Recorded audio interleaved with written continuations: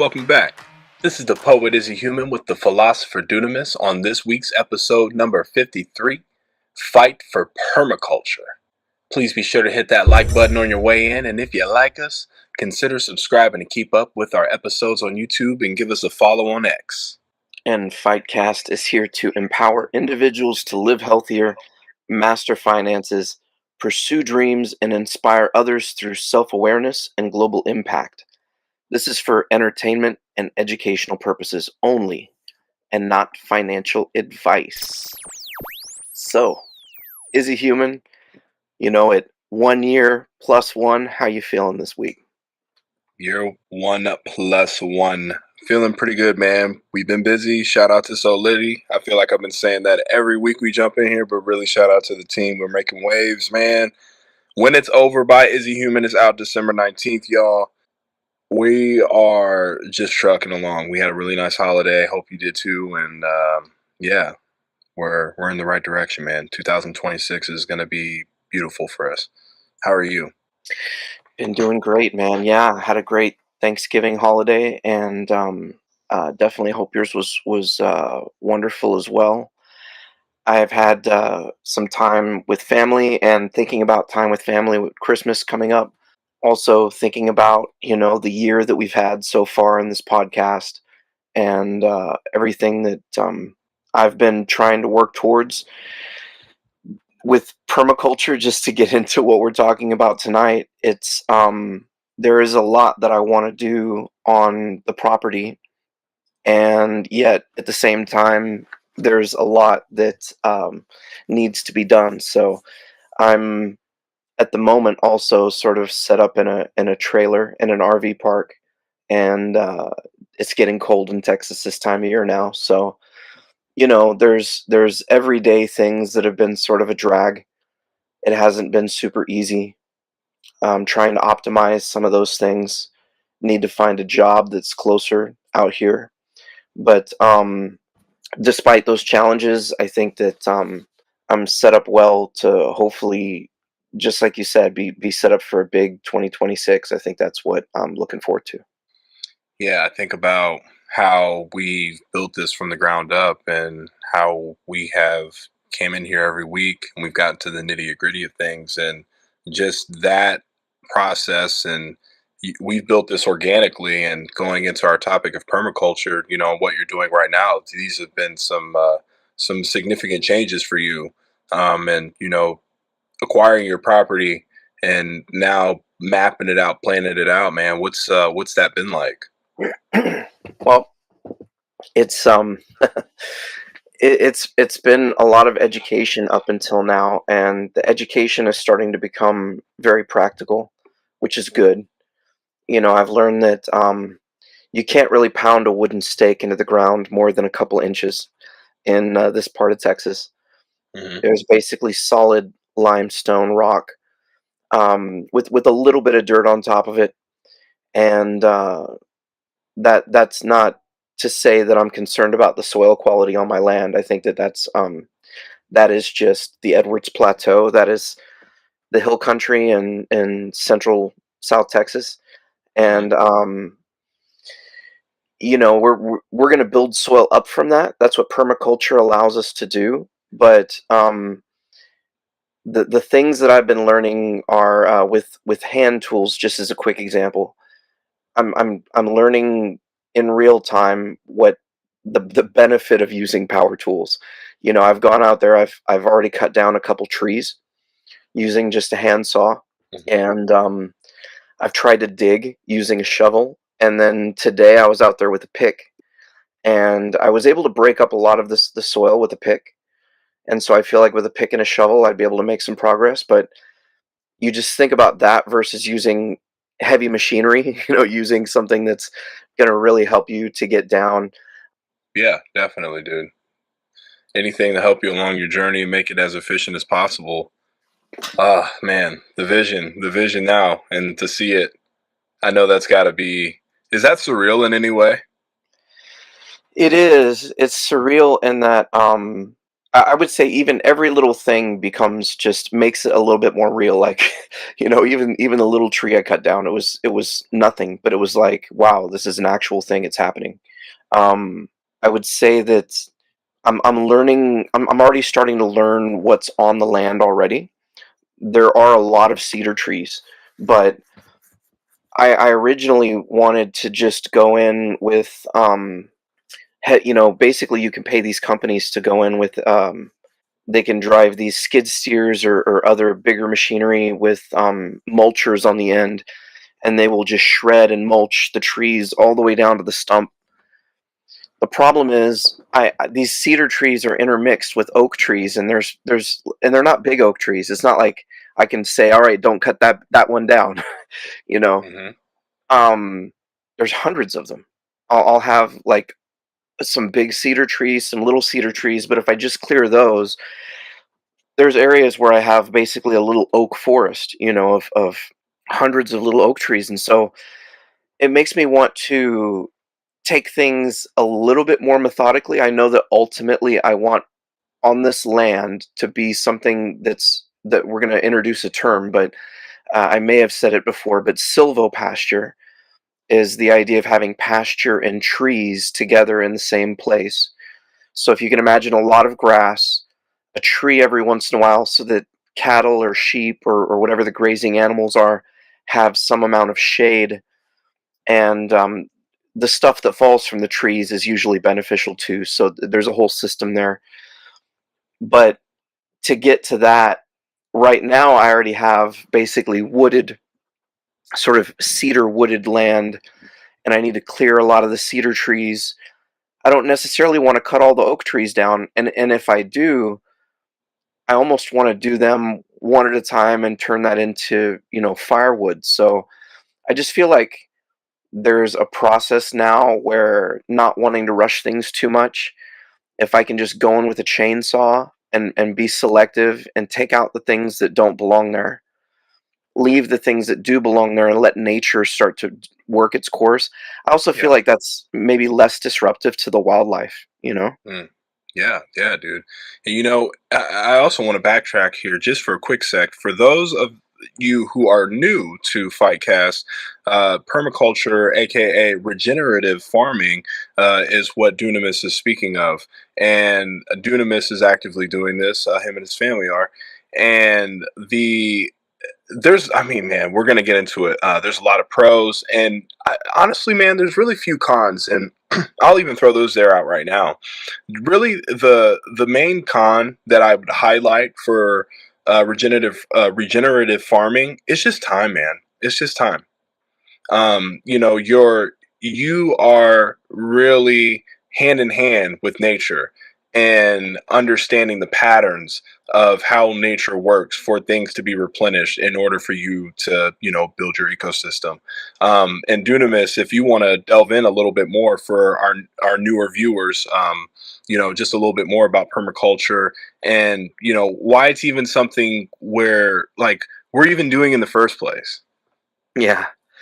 Yeah, if you were to go back, I mean, for those of you that have been with us for a while, episode 1, our very first episode, Fight for Food, we laid out the premise that there's a lot of stuff that's broken in this world today. There really is. And we could just go back and restate the premise of Fightcast here, and just that, they're the systems of this world, because of governments, because of greedy corporations, because of whatever reasons you want to put on it, there are systems that do not serve the people that they're meant to serve. And this includes food companies, especially. They're at the top of the list, but it includes banks. It includes just about any public service that's out there. You really have to be careful. I learned the hard way recently how taking your car into the oil shop and not being really specific and letting them do too much can hurt you. You know what I'm saying? You really got to be careful about who works on your car. And I know that's a bit of a ramble, but to bring it back around to what we've talked a lot about are the broken American food system, and how food is meant to be healing. It's meant to heal and be medicine for for humans, and yet the food that we eat in America makes us sick. There is just a tremendous amount of sickness and disease, and it's all a direct result, almost entirely, of our food that we eat. We can debate that. If you disagree, please fight me in the comments. And you know, the reason that the food is broken is also largely because the money is broken, and the money was broken by the Federal Reserve, 1913, the Federal Reserve Act. I think that actually the act came out in 1914. But the the central banking system that's caused the inflation that causes the price of goods to go up, this entire system that is bleeding and stealing from the middle class, this is it is also feeding into and resulting in worse food. They have to make the food cheaper so that it's affordable. That strips a lot of the nutrients. They use fillers. The big food companies do all sorts of weird things with the food. You cannot really recognize food in the grocery store as food anymore. And we've gone on and mentioned that food is not really the only place you see this problem. We've had episodes on music. Music itself is a corrupt system in the way that the music industry is in America today. The banking system is a corrupt system. All of these systems are very corrupt systems when you look down to it, and the root of all evil is the love of money. So money finds its way at the heart of a lot of these things, and because the money is broken, we find ourselves with all these other systems that are broken: medicine, food, um, pay, land ownership. There's all of these things that just are completely and utterly broken in this country. And for us to begin to fight back and do what we need to do to fix the problem, it begins with the individual. And so that's been sort of the message of Fightcast, is that you have to take responsibility for yourself, for your family, and you can't try and help the world or change the world until you fix your own problems. And so my part in that has been to try and fix my own permanent food insecurity and my family's food insecurity by starting a farm. Basically, I'm going to homestead, raise animals for meat. I'm going to raise animals for eggs and for dairy. I'm going to raise um, plants. I'm going to have a garden. We're going to have a food forest. And so that brings us back around to really what permaculture is, I think, and what is the difference between 20 acres on a homestead using permaculture principles versus, you'd never have a 20-acre corn farm. That would be way too small. But the difference between that and a monoculture farm where you just have one crop, or maybe you rotate, you have corn one season and then you have soy the next season, but you're using those same acres to produce one single crop, is typically how farming is done in America and how it's been done for hundreds of years. Hmm. And don't get us wrong, the gloves came off, absolutely. My gloves are absolutely off with Dunamis on this. At food and just in our soil in general, and money, don't even get me started on that. I mean, goodness gracious. Like, imagine a life with just gold and silver. Who knows, right? Uh, at one point it was like that. But anyways, understanding that when you have people populated in bigger cities and wanting to be able to produce to make sure that you have a city, state, maintained well and not starving, you know, these things come from good intentions. As we've evolved over time, the separation of looking at the putting emphasis on convenience versus people back in the day where they would actually go out and they would give back to the land and they would and the land would give back to them, and there's just that. And I know, again, Izzy, Mr. Esoteric over here, but I definitely feel that there's a beauty to be said about that 100%. And, what you're doing and what I'm going to begin doing for sure is, utilizing what's already been given to us. And looking, and with that being said too, farmers, man, I mean, it's like a double-edged sword with the farmers, because you're wanting to produce a quality product. At the same time, you've got to adhere to a number, that's been shot out to you, whether it be a number in your head or a number that you were told that you had to hit a quota. And the sacrifices that you make to mass produce these items, like these items, like Dunamis said, they don't even look the same. And some items even they look the same, or there's less vitamins, there's less minerals, there's less nutrients in them. They're just it's not what we used to eat 110%. And as we evolve over time, it's like food is being sacrificed for convenience. We're getting the just everything, the fast foods, the big chains, and all of this. It's Yeah, such a double-edged sword, man. it's we're starting to see the negative consequences of all of this. In all of the convenience was great. You go back to the 1960s and all of the conveniences, the fast food, all of that, it was fantastic. But what is the cost, you know? And I think we're starting to see what the cost is. And not only have we seen it in health, I mean, you just look at anything, diabetes, cancer, whatever, all of these things are metabolic diseases. And they're a result of inflammation. And a lot of that inflammation, I will argue, is from they put glyphosate and other chemicals in the foods to kill off weeds, to kill off pests. They try and sterilize the land. It removes anything that was beneficial in that land, and they never thought of what the consequence. So yes, the specific species of corn is not killed by the herbicide, but what is those chemicals? What are those chemicals doing that stay in the food? What do they do to us when we eat them? You know? And they get stronger. They get stronger because over time, the pesticides that they build, these pests that they're getting rid of, eventually form adaptabilities to that. So what happens to the pesticides? They get stronger, and that's stuff that we intake. So think about that as the evolution of, as we go over time.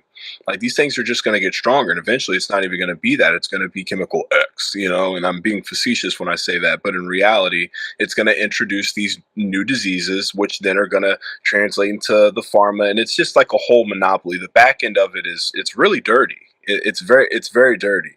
And I was also thinking as you were speaking, Dunamis, that the convenience isn't so bad when the product is good. When McDonald's, when I was younger, that was actually a Big Mac, and it felt like the meat was actually real.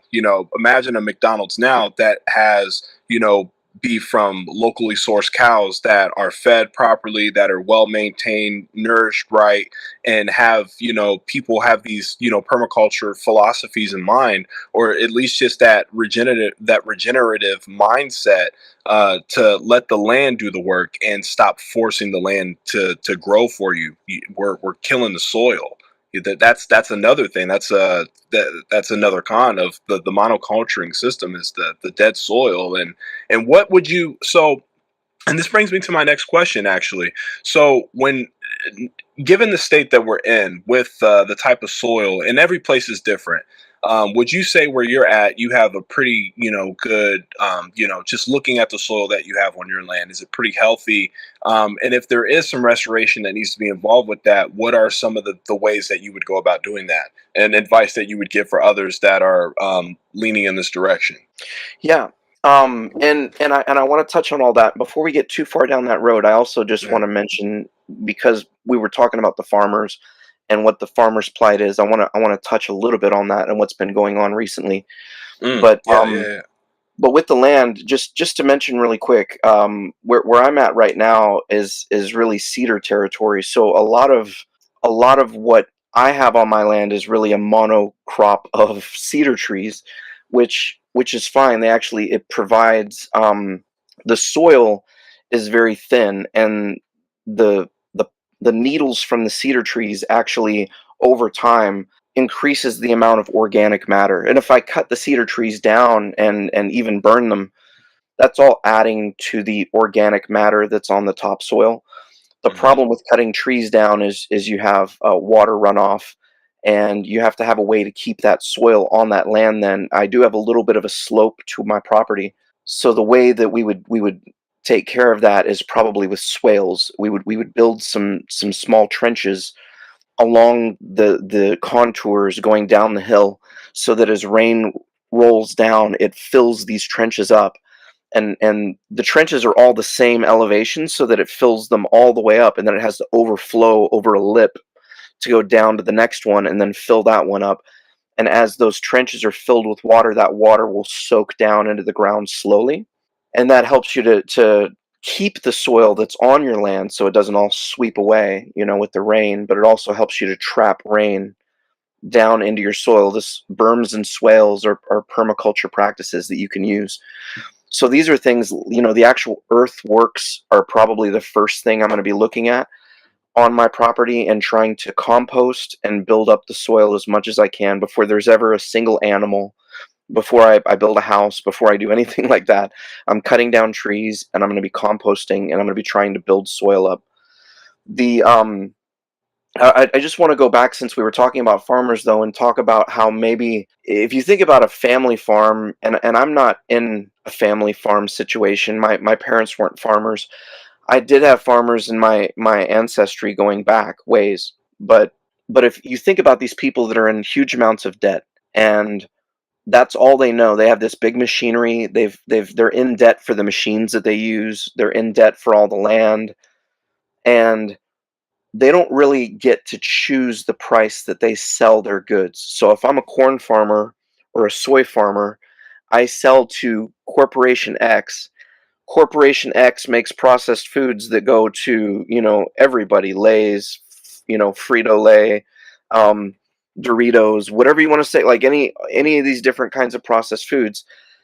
But but this Corporation X, this middleman that buys the corn and the soy from the farmers, and I don't know who this Corporation X is, but I just know the way the farmers get it is they get a price. They don't get to set the price. Mhm. The price is set to them, and especially with China, China buys a good amount of the soy products that come out of the United States. I would say, I think I heard that 50% of the soybeans that are produced in the United States are exported, and this could be way off. It could be way more than that. It could be way less. I don't know, but the China bought like half of that, so it was like 25% of the soy supply, or the soy crop this year. And whatever, those numbers again could be way off. I'm just regurgitating what I heard, but whatever China is doing, and whatever Trump is working out for China to buy soy products, and I know there's this big $12 billion bailout for soy farmers this year. Some of this stuff we actually tweeted about on our X account. Joel Salatin had some things to say about it. And if you just think about a traditional farmer, and the idea of the way the world works and the universe and negative consequences. If you planted 100 acres of soybeans, and now you found out that you're going to lose $100 per acre on that crop, are you going to plant something else? You're going to go and raise some rabbits, maybe plant some hay, some fruit trees, who knows, right? But now the government comes and gives you a bailout and tells you, please keep growing soybeans that we don't need, that we're selling to China. I think the Mm. problem is that the government needs to get out of the way and allow, and Joel Salatin basically said this almost exactly, but negative consequences need to be negative consequences again. And I know that's really sad. It sounds harsh for a lot of American farmers, but we don't need to have the government paying subsidies for these processed food crops when that's what's keeping them alive. They're barely surviving, American farmers. And I can go and on much less acreage, I can raise any number of hundreds of different crops. And because I really don't have to use much in terms of fertilizer, I'm going to have animals on the land. They produce fertilizer, they poop and stuff. So you get manure from your animals, you plant yourself a garden, you sell the crops. What did it cost you? Farmers are dealing with having to pay for fertilizers. They're having to pay, if you raise cows, you do it without the other crops. If you raise hay, you do it without the cows, and that makes no sense. The fact that we've separated everything out and separated people from the land, it's actually more profitable to do this on a small scale in a permaculture way. And so, if anything, we need more farmers. We need more people listening to hear this, get inspired, want to raise their own chickens and grow their own tomatoes, to actually just go out and start doing it. Even if it sucks, even if you fail a little bit at first, this world is only going to survive what we're doing to this land if we have a whole bunch more people move out on little 5 and 10 acre homesteads and start to produce food for all of us. Man, so I think that taps into, goes back into that convenience aspect that we were talking about earlier. And just because the rebuttal to that would be what you're stating is the labor, the labor intensity that goes into, or quote unquote, the labor intensity that goes into that versus a big machine that can do it for you. But like you said, just that mentality alone, like we've got to just eliminate that and get to the common denominator. And you touched on that as well. We get the government out of the way, which that always seems to be the common denominator, guys. But just taking that perspective out of it, so there's not even that pressure at all to want to just get this out. Again, this isn't a number they pick. This is a number that's given to them, and it's like you do it or you don't. But it's like, oh well, I'm this much in debt, and boom, boom, boom, and someone offers you $1 million. It's like, what do you do when your back's against the wall? And that, ladies and gentlemen, from the Izzy esoteric way, is another form of selling your soul. Absolutely.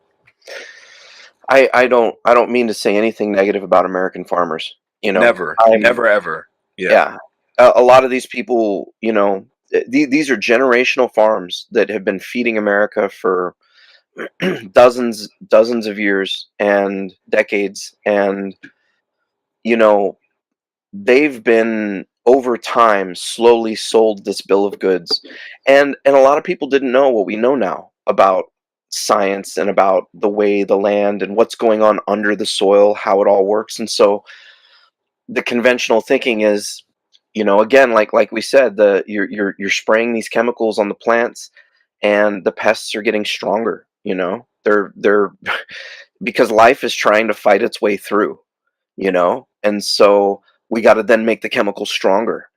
And we're in this cycle that is not only not sustainable, I would argue it's already failing. It's already failing so bad that it's killing us, and we just don't recognize it because nobody's put a finger two and two together yet. yeah, It's such a bad system. At the very least, if you're listening to this and you don't feel as compelled as I do to go out and just live off the land yourself, I would say a good place to start would be to go and support the people that do, to go and find a local farmers market, to go and buy some fresh food, fresh eggs, fresh produce from a farmer's market. Support your local farmers.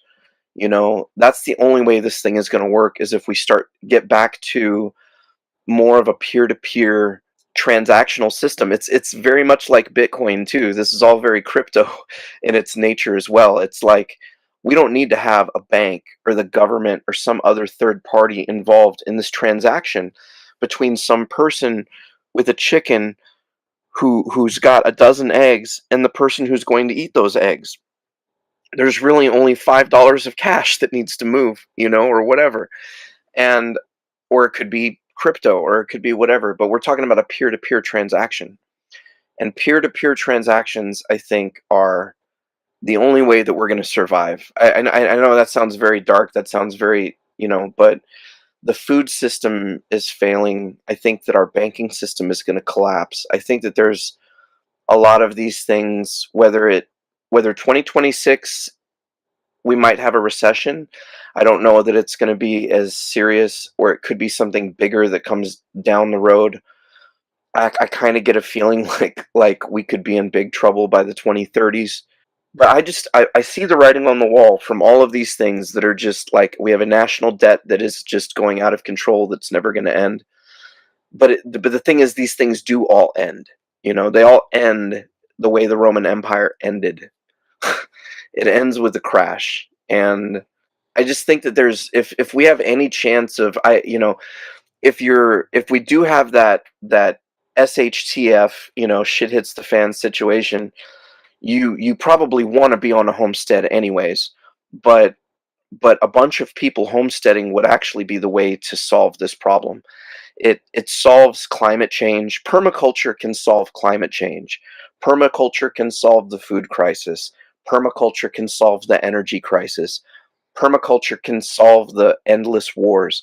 Permaculture is really the answer to it all. And break the word down, just doing things the natural way. Yeah, Just do it the exactly. natural way. When you're force feeding a square and a circle in the other end of it, and we've seen from many empires before us in the books just how these things always end, and it's all the same, and that it's very much a history repeating itself, and it's worse because we've gotten smarter.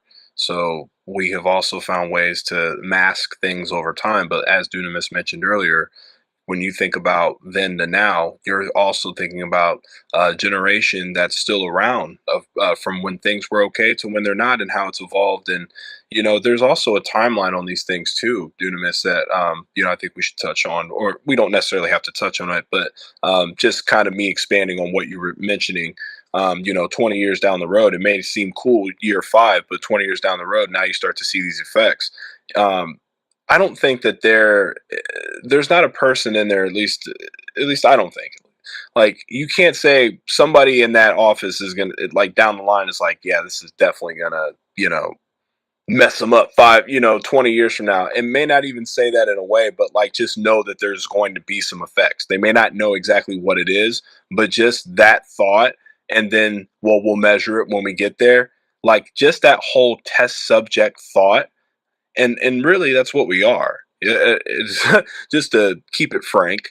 All of this, man, it's just one quick test subject, and we voluntarily put ourselves in these things. And outside of the labor, I mean, there's so much labor into everything that we do anyway. It's just about rerouting and putting a different value into our labor.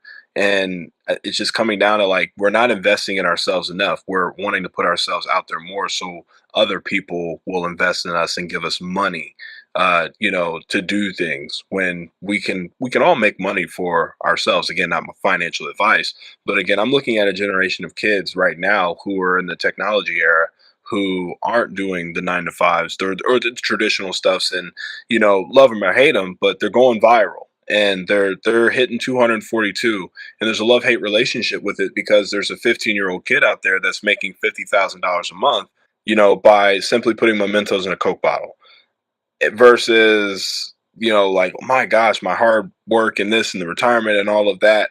If people are finding different ways to be self-sufficient and be independent, I applaud those people.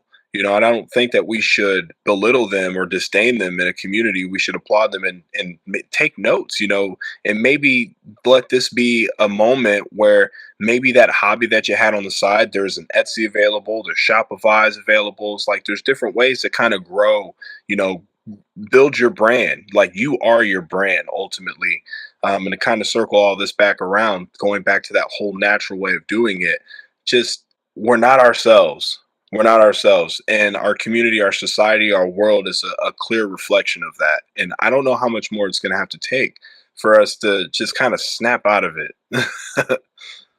But what you said about the labor is really important to me, and I think that's kind of a central key, and the whole convenience thing. We want to buy a machine that will just go and harvest and do everything that it is that we're talking about doing. We get very scared, um, especially when we talk about a lot of things in permaculture, because you're not only not just planting one, just rows of corn, but oftentimes, a great alternative to that is what's called the three sisters. Is Native Americans would plant corn and legumes, beans and squash all together. And there's a number of reasons why this works, but if you pick in particular the squashes like pumpkin and beans that you would typically dry out, and corn that you would typically dry out, what happens is that the beans grow up the corn stalks. It works almost like a trellis. The beans are also nitrogen fixing, so that provides natural fertilizer for the corn, which uses a lot of nitrogen. And then The squash has great big leaves and it works as ground cover. It keeps all the roots nice and cool. So they all work in this symbiotic relationship together. But if you ask a farmer, you're going to have to go through that and dig and pull out dried out corn and beans and your pumpkins or squash or whatever it is, probably after the season's over. And if you've ever, I've actually tried to do this once, and the beds get to be really messy. They get very overgrown. It's very manual labor. You almost got to go in with a machete, to get everything out. And so you compare that with what a farmer's used to, and it's kind of almost hard to imagine it on a large scale. And so that's where the problem lies. We've talked about needing to feed the cities and all this kind of stuff, and so I don't think you can start with trying to solve that problem. And unfortunately, there's probably going to be a period of time, if the food system does inevitably fail, where there's going to be potentially panic and all of that stuff. So it helps to be a little prepared. I want to get back into the permaculture stuff, but just because we're talking about this, I want to just mention again that you can prepare on your own, even if you don't have a homestead or land. If you live in a city, you can have a bunch of dried beans. You can have beans and rice, stored somewhere. You can preserve food. You can make things like sauerkraut. You can buy fresh cabbage at the grocery store, turn that into sauerkraut. You can learn food preservation techniques. There are all these things you can slowly start to get into. And the term urban homesteader has been thrown around, and that's something that I think is very valuable and viable. That people that live in the city that aspire to this kind of living, that don't have land, there are many things you can still learn and do.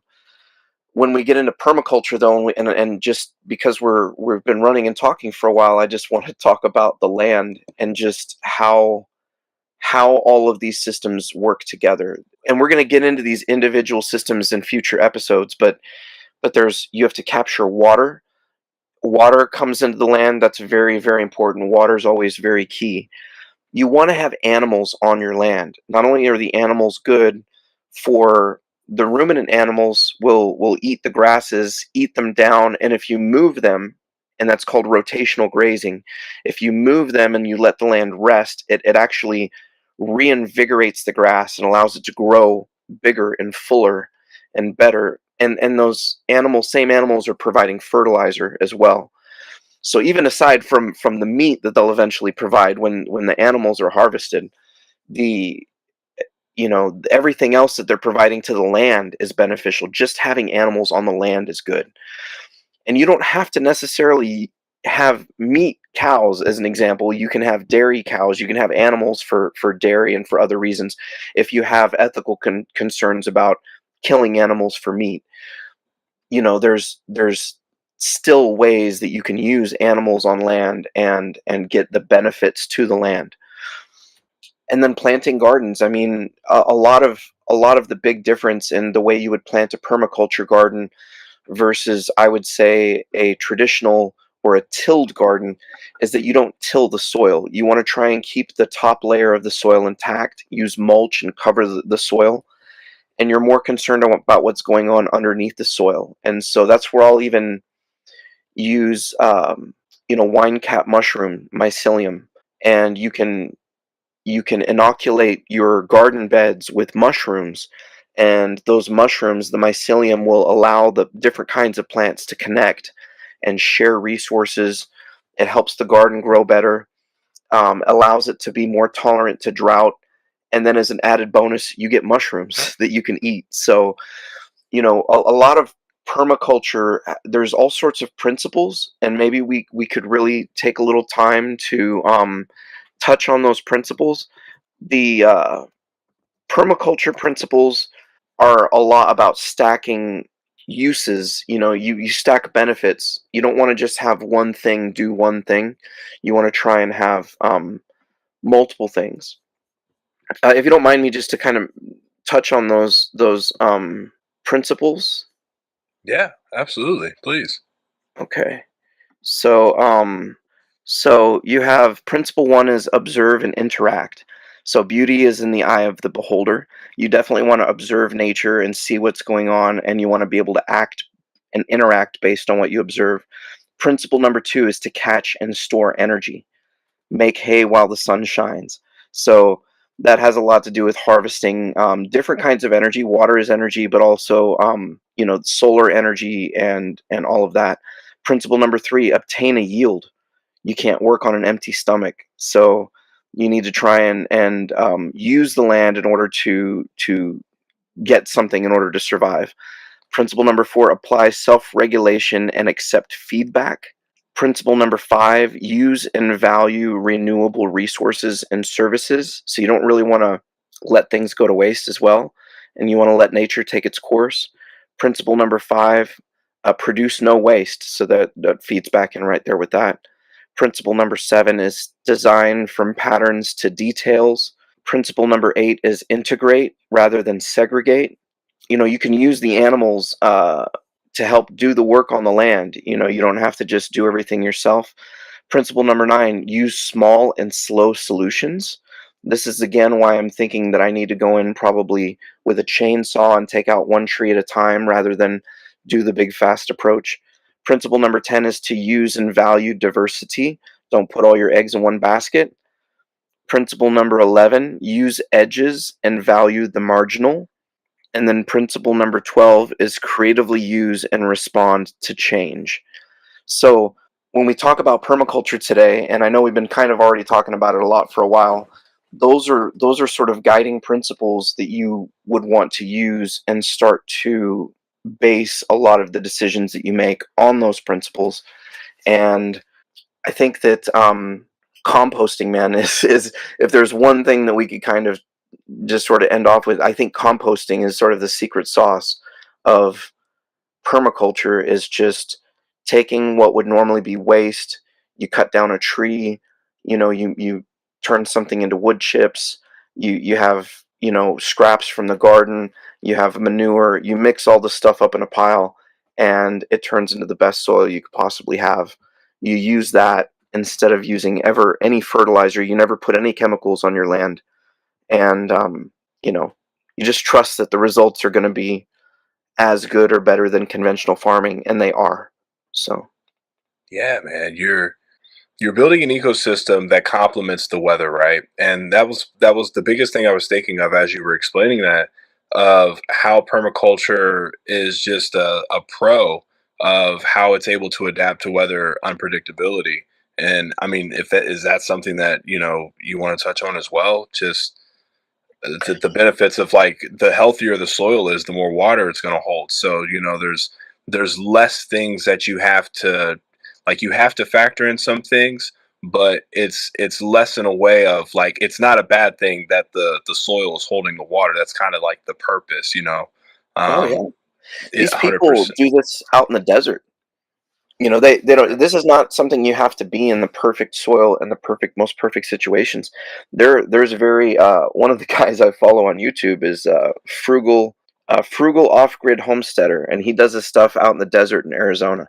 Yeah, God gives us everything we need. You just have to be able to capture the water. You have to be able to build in the natural systems. But I think anyone can do this. Oh yeah. The land does it. I feel like the land does a lot of it for you. Yeah, and that's what makes it even more simple. When you stop fighting the land and you work with it, then there's less that you have to do. There's less of these conveniences that you have to obtain in order to help make things grow or force things to grow. Convenience stores you have to go to get the miracle seeds and whatnot. And that's Hmm. another thing too. We talked about this a little while ago. Um, and just when you're thinking about plants and whatnot, how important is it to look at more seeds that are native to the land versus seeds that are not? That's sort of a philosophical question. So I think it depends on the homesteader and how you feel about it. I feel pretty strongly about trying to get as much native diversity onto my land as possible. I don't want to bring a lot of what would normally be considered invasive species or stuff from but I also balance that, like, that's how I feel in general, but I also plan on having a garden. And you better believe in my garden, I'm gonna have all sorts of stuff that I like to eat that I just want to have. And I don't care whether that's native or not. I just want, I mean, it's gonna have to be well adapted to my climate. But in terms of the trees on the land, the stuff that I generally want, I tend to favor native species. And I also don't think it, we were talking earlier too about learning about how I'm doing things with hand tools and all that sort of stuff. I also don't think that it's you doing things the natural way does not mean necessarily doing everything by hand. So again, Right. I plan on getting a chainsaw. I plan on getting a log splitter. I plan on getting a wood chipper. These things, they use diesel fuel, but it just makes the work a lot easier. I don't think that there's anything wrong with having excavators or heavy machinery. I just think that the lighter touch you can put on the land, the better, overall. Yeah, and that actually brings me to my next question. I was going to ask you about like when you were talking about the machines and just going the saw, the chainsaw. Like, do you think AI, sensors, robotics, do you think that could make permaculture scalable, or does that compromise the philosophy? That's a good thought. I would think, yeah, if you could have humanoid robots doing manual labor for you, that would work just as fine as well. I think if you needed to in order to be able to scale things up. I also think that just without needing to have a small group of people control things, because that's where that goes. Yeah, Sure, Tyson can go and hire robots and do all this stuff permaculture, but it would just be so much better for humanity if, like, 50 million Americans all of a sudden decided at the same time they wanted to go out and start farms, and all of their kids were the ones out there. I mean, when we're talking about labor too, it's not necessarily hard labor. It's just stuff that you have to do manually sometimes, like milk a cow or feed the chickens or move, use a tractor to move, a little chicken tractor around, or you move an electric fence to allow the cows to go into the next paddock. It's right. not stuff that's physically difficult. It requires walking around and, and some light lifting. But Right. but it is stuff that generally has to be done manually. And so I think that, yeah, I mean, 50 million Americans and their kids would do a fantastic job as little entrepreneurs. Um, Maybe it doesn't need to be anywhere near that many people, but I just think that the more people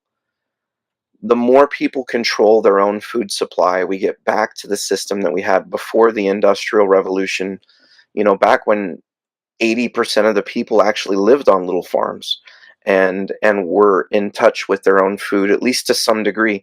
Maybe you just raise the chickens, maybe you don't slaughter cows, maybe you buy cows from your neighbor. But that kind of an agricultural system, that kind of a community, it's at least what I long for. And I really think that that is the best hope for us as a species to survive the coming food crisis. It really hurts my it hurts my ego a little bit, my optimistic ego, to have a pessimistic side that I even have to acknowledge. It's just even thinking that we even had 50 million people, which we literally do, but to have 50 million people that do have that similar ideology that then put forth the effort, and just imagining how diabolical people are and just how much people wouldn't want that to happen. And I also feel like, man, I shouldn't put that out in the universe, but man, I've seen people go out for less, right? And it's Yeah, like, imagine just having, 50 million people and having like we're talking miles upon miles and miles of streams of water that everybody has in their own area. And somebody just, you know, going in there and kind of messing up the stream in whatever fashion that may be. But like, there's just people out there like that, or and then it's like, is it an inside job? Like, is that the government just is telling us like, no, doesn't matter? It's just the fact that you even have to think about looking over your back in general to even want to like to be independent, and that shouldn't even be a bad thing. And in fact, I think that it would help with the checks and balances and less strain on the government to have to make decisions that they didn't need to make in the first place, honestly. And it defeats the purpose of democracy. On a, anyways. Yeah, I want to touch on that too. That idea of if we have more people that are food secure, if we have more people that are strong and independent and have the ability to at least not have to go into the grocery store if they had to, every day. I mean, just think about how dependent we are on this system. If if the people that own the grocery stores were to turn around and tell us tomorrow that we had to do whatever, you know, or we weren't going to get food, like what else would you do? Right. And it's just one of those things. Like, I don't like being in that position, and it really took COVID to solidify that for me. It Mm, took that COVID solidified that in my mind, was that I don't like the idea of being completely dependent on this system. This system is not a good system to be dependent on in the first place. And even if you don't think it's going to eventually collapse, I mean, just food inflation alone is a reason to, you know, start growing a little food in your backyard, or raising some chickens or something. I know that I can't do it for everybody. I'm going to do it for myself and my family, and I'm going to grow as much food as I can for my neighbors and people around me as well. But I just know that this is a message that requires, it's something that requires a movement of people to do. hmm Yeah, absolutely, man. You got to take care of yourself first. You got to, in order to service the people, you got to be able to service what's in you first. And, I'm glad that you hit that too. Yeah, all of that. I'm kind of at like I'm surprisingly like just stuck because I'm just thinking about that whole thing that I introduced. And it's not even being like pessimistic in the sense of just look at where we're at in society right now. The things that were once had a benefit to them have now been abused in so many different ways than one, that it's very easy to predict the decline uh, of, I mean, whether it be some of it, all of it, or some of it may feel like all of it, and those are just some of the harsh realities that we as people alive in this world we have to face those things. And we have to be prepared for those things, not be naive and not live in this jaded mindset, no matter what class you're in, because eventually the money it won't mean anything when you think about how much worse these things can get. $100,000 will only get you so far, and so will millions of dollars, because now you're not dealing with these aren't transactions you're dealing with anymore in these states. You're now dealing with the instinct of another human, of really a survival of the fittest deal in its entirety of what the Bible talks about. And that is, there's nothing, you can't buy yourself out of that. You just can't. So ship up or ship out, as my grandma would tell me. Yeah, I pray that that kind of situation doesn't face us, but if it does, it makes sense now to at least, you need to be thinking about food security. You need to be thinking about having your clan. You need to be, and it doesn't hurt to be armed. I'm for gun rights. I think that it makes a lot of sense to be armed and be prepared. But at the same time, like, if the food system were to go more south than it is, in other words, not just people dying from the food, but actually food not on the shelves, that kind of a situation is not a type of situation I think that any of us want to be in. And so that's why I think to preempt that, it would be great if as many people as possible started to raise their own food. Start to, you can do this in a backyard. We've even said this in a previous episode. You can grow as much food on an eighth of an acre, you know, to feed a whole family. So at least most of their food. I've seen it done in different documentaries, and if you have a backyard, you can produce a lot of food in a backyard. So Oh yeah.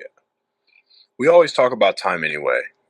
We always talk about how we don't have enough time in the day to do this and X, Y, and Z, and even the time it takes to go to the grocery store to even pick up some of these things. Imagine eliminating that whole thought entirely and just having the things that you know that you can conveniently grow, or just have at home, and that's and it's there in abundance, and all it takes is a little bit of water, a little bit of sun, a little bit of time, but less time that it takes for you to go out and do this, and less money, by the way, because at this point, once you've planted it, you've already made the initial investment into it. Now, Mhm. the only thing, no, the only investment you have to make at this point is you being there, putting in the effort, the water, or just whatever it may take.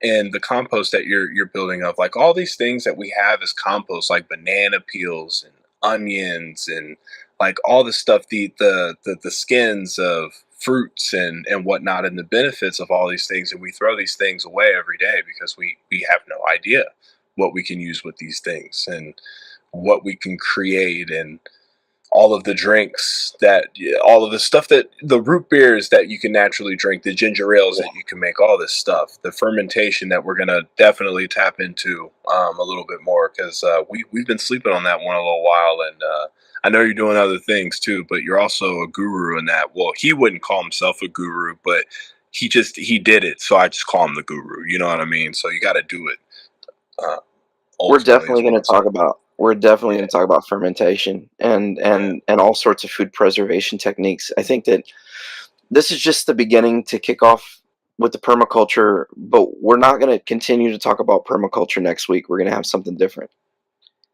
So, get ready for that. Boom. Get ready for that. And with that being said, y'all, thanks for tuning in with us. It's been a pleasure. Another week, Dunamis, a year plus one, brother. Always incredible. It's awesome, man. I can't wait to do this again next week, and we'll have something different to talk about, but we will definitely revisit the permaculture, what we're doing on the homestead, and what it takes to be less dependent on the grid. So until next time, Izzy, hey, never give up the fight, man. Never give up the fight.